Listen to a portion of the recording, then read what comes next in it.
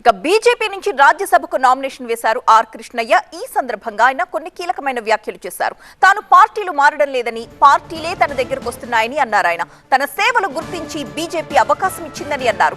ఇప్పుడు బీసీలకు ఏం చేయాలన్నా కూడా బీజేపీతోనే సాధ్యమన్నారు.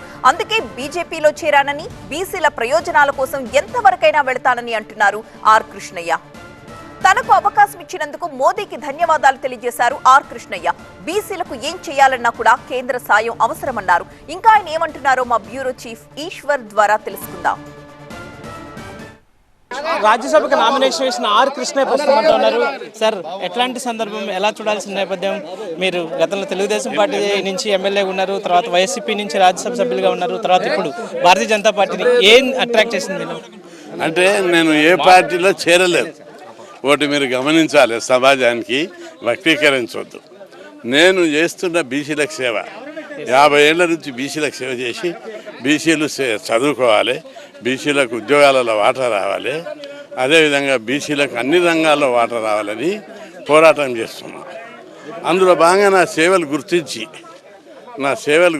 మీ సేవల విషయంలో ఎవరికి ఎలాంటి సెకండ్ ఆప్షన్ ఒపీనియన్ లేదు, కానీ రకరకాల పార్టీలు మారడాన్ని కొంత ఖచ్చితంగా వక్రీకరిస్తున్నారు. పార్టీలు మారతలేవు, పార్టీలు నా దగ్గరకు వస్తున్నాయి.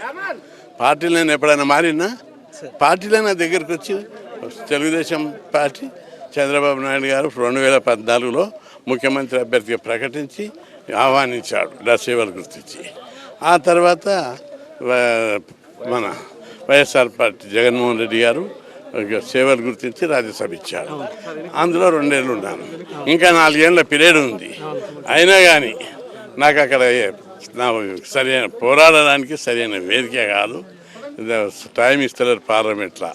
మీ ముందున్న కర్తవ్యం ఏంటి సార్? ఇప్పుడు మీకు ఎలాంటి బాధ్యతలు ఇచ్చింది పార్టీలో? బీజేపీ పార్టీ బీసీ అధికారంలో ఉంది. వాళ్ళ దగ్గర వాళ్ళ పార్టీలో చేరి ఏది ఇవ్వాలన్నా ఇప్పుడు బీజేపీ పార్టీ ఇవ్వాలి, ఏది చేయాలన్నా బీజేపీ పార్టీ చేయాలి. ఆ పార్టీలో చేరి ఆ పార్టీనే కన్విన్స్ చేస్తే బీసీలకు మరింత. 2 రాష్ట్రాల అంటే తెలంగాణలో పర్టికులర్గా బీజేపీ రేపు గట్టిగా ఫైట్ చేసే నేపథ్యం ఉంది కాబట్టి తెలంగాణలో మీ సేవలు ఎక్కువగా వినియోగించుకునే అవకాశం ఉంది. తెలంగాణకు ఫైట్ చేస్తా, ఏపీకి కూడా ఫైట్ చేస్తా. మొత్తం భారతదేశంలో ఉన్న బీసీలందరి గురించి పోరాడతా, అన్ని విజయాలు సాధిస్తా. సో ఏం బీజేపీ మీకు జరిగిన టర్మ్స్ ఏంటి చెప్తారా? బీసీ నేతగా ఆయనకి పార్టీలే తన వద్దకు వచ్చాయి, తాను ఏ పార్టీ వద్దకు వెళ్ళిన నేపథ్యం లేదు. అన్ని రాజకీయ పార్టీలు తనకి ఎత్తుక్కుంటూ వచ్చి పదవులు ఇచ్చాయి కాబట్టి తాను మళ్ళీ చేరుతున్నాను, దేశవ్యాప్తంగా ఉన్న బీసీల కోసం తన పోరాటం కొనసాగుతూనే ఉంటుందని చెప్తున్న నేపథ్యం కనిపిస్తుంది. ఇప్పుడు ఆయన నామినేషన్ వేసి బయటకు వచ్చారు. ఆ తర్వాత ఆయనకు పెద్ద ఎత్తున 2 రాష్ట్రాల నుంచి వచ్చిన బీసీకి సంబంధించిన నేతలందరూ ఆయన్ని ప్రైజ్ చేస్తున్నారు, ఆయనకి అభినందనలు తెలుపుతున్న నేపథ్యం కనిపిస్తుంది.